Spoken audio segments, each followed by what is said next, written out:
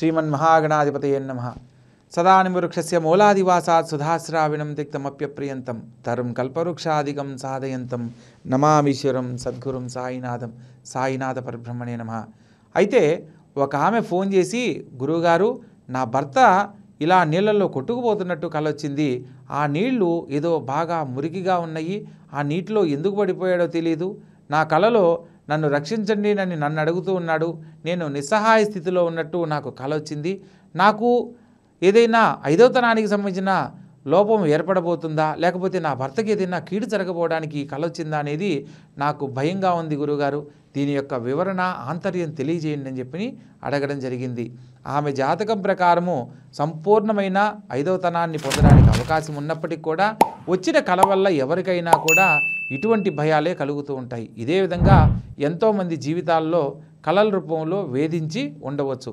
అటువంటి వారందరికీ కూడా నేను చెప్పే సూచన ఏంటంటే, మనకు వచ్చిన కలలో ప్రత్యేకంగా స్వచ్ఛమైన నీరును మనం త్రాగుతున్నట్టు కనుక కల వచ్చినట్లయితే ఒక కుటుంబంలో ఒక శుభ సంబంధమైన పని జరగబోతున్నట్లుగా భావించండి. అంటే ఒక పని వల్ల మనం ఆనందంగా ఉన్నాము అనే దానికి సూచన.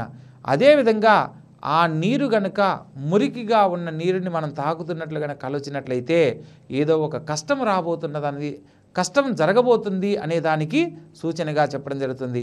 అదేవిధంగా ఇట్లా నీళ్ళల్లో కొట్టుకుపోతున్నట్లో లేకపోతే నీళ్ళ వల్ల ఇబ్బంది పడుతున్నట్లు కల గనక వచ్చినట్లయితే ఆ కుటుంబంలో ఏదో ఒక చిన్న ఆపద జరగబోతుంది అని తెలుసుకోవడానికి సూచనగా మీకు స్వప్న రూపంలో దర్శనమిస్తుంది. కానీ ఆ యొక్క కీడు జరుగుతుంది అని చెప్పడానికి కాదు, జరగబోయేదానికి సూచన. ఎప్పుడైతే మనము ఇలాంటి కల వచ్చినప్పుడు దైవారాధన ఆచరించాలి. వెంటనే తలస్నానం ఆచరించి శివుని యొక్క పటం ముందు మోకరిల్లి మనకు ఏదైతే స్వప్నం వచ్చిందో ఆ స్వప్నం వల్ల భయం కలిగిందో ఆ భయం తొలగిపోవాలి అని ఆ పరమేశ్వరుని ముందు ఎవరైతే ఓం నమశివాయ అనే శివపంచాక్షరి మంత్రాన్ని 11 సార్లు ఉచ్చరిస్తారో, లేదా ప్రత్యేకంగా మృత్యుంజయ మంత్రం చదవగలిగిన వాళ్ళు ఓం త్రయంబకం యజామహే సుగంధిం పుష్టివర్ధనం ఉర్వారుకమివ బంధనాత్ మృత్యోర్మోక్షయమామృతాత్ అని స్వామివారిని మనసా వాచా కర్మణా గనక వేడుకున్నట్లయితే ఏదైతే అపమృత్యు దోషాలతో మిమ్మల్ని ఇబ్బంది పెట్టబోతుందో ఆ దోషాలు తొలగిపోయి సంపూర్ణమైన జీవితాన్ని పొందడానికి, ఈశ్వరానుగ్రహం కలగడానికి అవకాశం ఏర్పడుతుంది. కాబట్టి ఆచరించండి, ఆనందకరమైన జీవితంలో జీవించండి.